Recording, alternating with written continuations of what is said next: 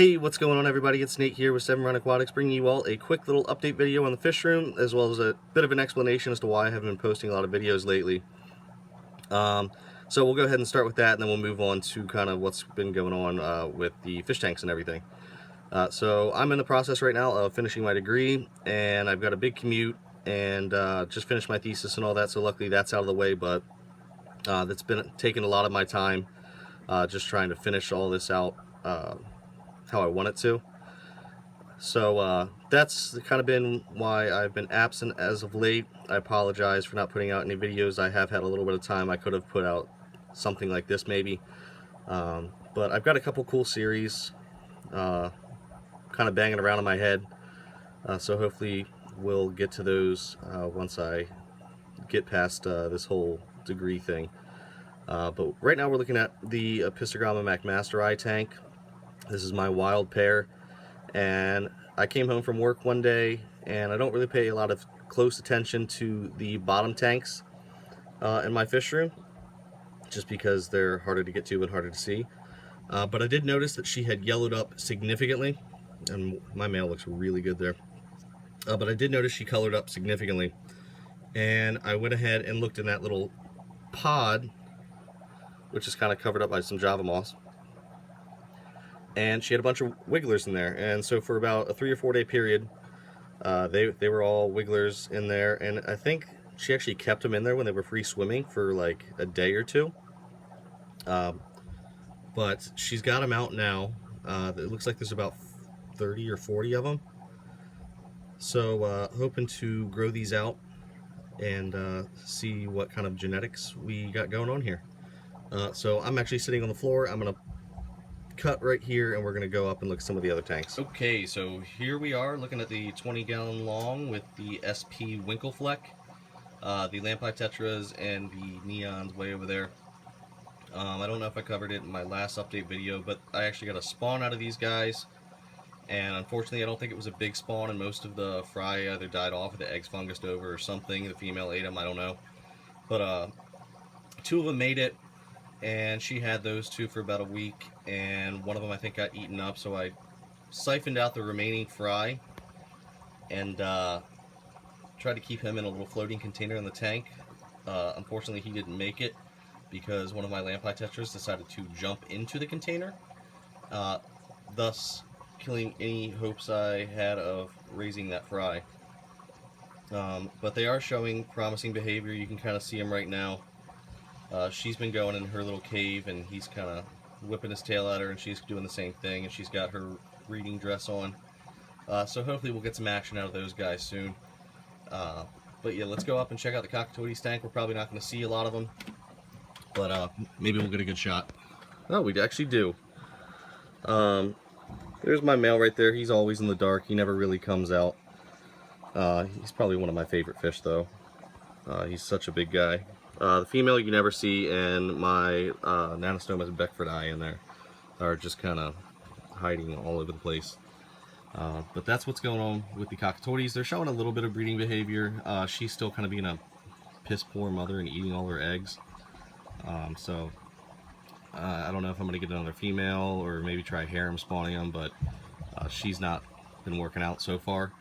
So if we go over here, this is probably a new tank for you guys. This is a 5-gallon tank with a Epistogramma Atahualpa in it. You can see my female right there, and they're still kind of getting used to the tank. I was seriously debating going full bare bottom, but I decided to throw in a little bit of sand just because Pistos do like to have some sand in their tanks to sift through. They are earth eaters, or related to earth eaters at least. And I don't know if we're going to be able to catch them, and excuse my finger there, but my male Atahualpa is back here. I don't know if they spawned or anything. She's not showing the colors, but she's kind of chasing him away from her little cave there. I don't know if that's just some territoriality going on or what, but they're doing good. I did notice a little bit of an ammonia spike about a week ago, so I've been doing daily 50% water changes on this tank with the RO-DI water.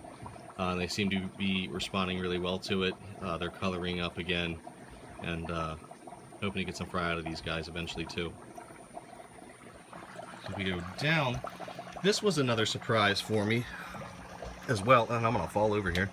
You can see my male Agazizi back there. I don't cover these guys a lot really, just because they hide so daggone much. But let's see if we can find the female. I do see a lot of her fry right there, so she's probably hanging out. But they surprised me too. The same day when I came home from work, there's probably about 40 to 50 fry in there. You can see a lot of them. I don't know how long they were in there before I noticed, but they're starting to get that fish shape. They don't look like little pinheads anymore.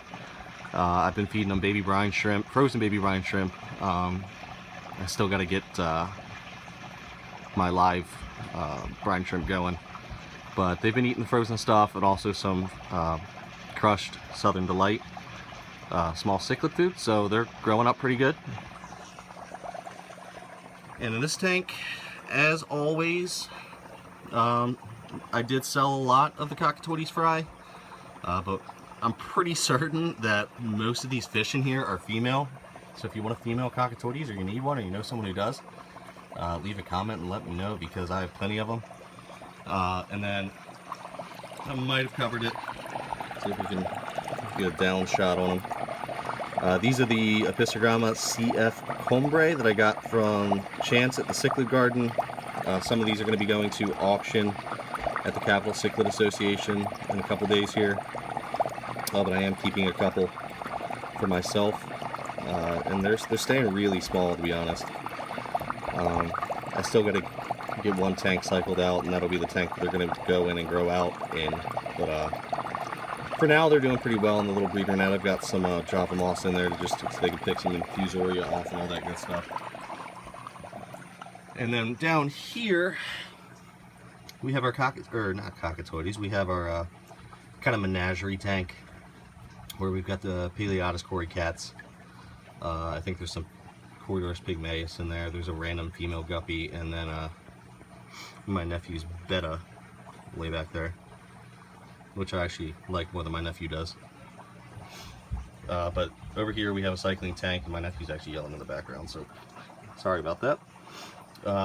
But it's kind of dark in this tank. That's just cycling. I don't know what's going to go in there yet, whether it's going to be fry or maybe a breeding pair or something. But I think it probably can't talk today. I think it's probably going to end up being a fry tank, just because I don't have enough of them yet. But it's still in the cycling process, so I would imagine it has about 2 to 3 more weeks before it's good to go. But yeah, so that's what's going on with me, guys. Again, I apologize that I haven't put out videos recently. Stick around, because that's definitely going to be changing in the near future. And yeah, I'm Nate with Salmon Run Aquatics, and as always, like, comment, share, and subscribe, and we'll see you guys in the next video.